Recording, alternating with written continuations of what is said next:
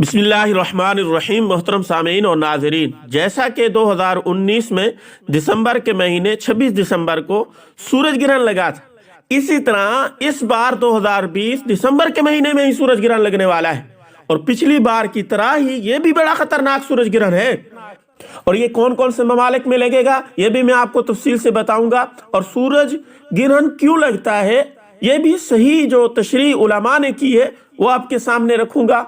और पाकिस्तान में भी लगेगा ये नहीं, और लगेगा तो उसकी टाइमिंग क्या होगी ये तफसील से आपके सामने रखने वाला हूँ। और इंशाल्लाह आइंदा इसके ऊपर मुस्तकिल वीडियो बनाऊंगा कि इस वक्त में कौन कौन से आमाल करने चाहिए और कैसे करने चाहिए और क्या क्या एहतियातें हैं।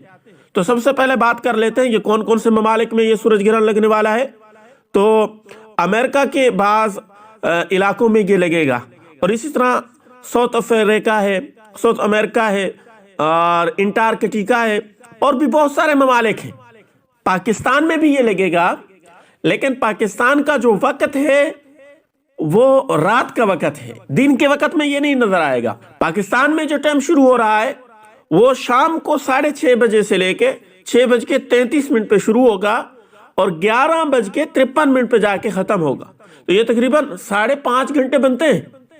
इतना लंबा दौरानिया होगा। तो पाकिस्तान में रात के वक्त होने की वजह से दिखाई नहीं देगा, लेकिन सूरज जो है पूरी दुनिया में बहुत सारे ममालिक में ये सूरज ग्रहण लगने वाला है। तो बहुत सारे ममालिक में दिन भी होगा, दिन के वक्त भी लगेगा, लेकिन पाकिस्तान में उस वक्त क्योंकि रात होगी। लेकिन इस वक्त में भी खतरा है। खतरा यह है कि मुफ्ती तकी उस्मानी साहब दामत बरकातुहुम ने अपनी किताब में लिखा है कि ये सूरज को ग्रहण क्यों लगता है। उन्होंने फरमाया कि ये सूरज जो है ना चक्कर लगा रहा है, जमीन चक्कर लगा रही है, और इसी तरह चांद भी चक्कर लगा रहा है। और ये चक्कर लगाते लगाते चांद, ये चांद है ना, चांद चक्कर लगाते लगाते जब जमीन और सूरज के दरमियान आता है तो चांद को ग्रहण लग जाता है, क्योंकि उस वक्त सूरज अपनी तरफ चांद को खींचता है, जमीन चांद को अपनी तरफ खींचती है, तो उस वक्त ग्रहण लग जाता है। इसी तरह सूरज भी चक्कर लगाते लगाते जब बिल्कुल चांद और जमीन के दरमियान आ जाता है तो उस वक्त सूरज को ग्रहण लग जाता है। सूरज जब जमीन और चांद के दरमियान आता है सूरज को ग्रहण लग जाता है, और इतना जोर से खींचती है जमीन उस वक्त सूरज को अपनी तरफ, और चांद खींचता है इसको अपनी तरफ, यानी दुनिया अपनी तरफ सूरज को खींचती है, और ऊपर आसमान चांद जो है वो इसको अपनी तरफ खींचता है। और ये इतना जोर का खिंचाव होता है कि थोड़ा सा भी इधर उधर हो गया सूरज, होगा तो अल्लाह के आर्डर से, अल्लाह के हुक्म से।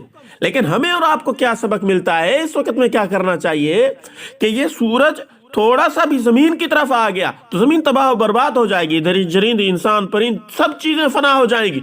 और अगर ऊपर चांद की तरफ चला गया तब भी दुनिया तबाह बर्बाद हो जाएगी। तो इसलिए इस वक्त में उलमा कहते हैं अल्लाह की तरफ मुतवज्जह होना चाहिए, नमाज़ कसूर पढ़नी चाहिए। उसका तरीका इंशाल्लाह आने वाली वीडियो में मैं बताऊंगा।